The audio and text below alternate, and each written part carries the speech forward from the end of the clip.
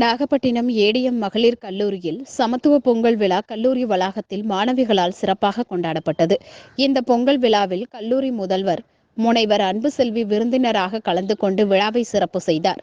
விழாவில் கல்லூரி பேராசிரியர்கள், அலுவலக ஊழியர்கள், மாணவிகள் திரளாக கலந்து கொண்டு பொங்கல் வைத்து சூரிய பகவானை வழிபட்டனர். இவ்விழாவினை கல்லூரி உடற்கல்வி இயக்குனர் திருமதி முனைவர் உமா அவர்கள் சிறப்பாக ஏற்பாடு செய்திருந்தார்.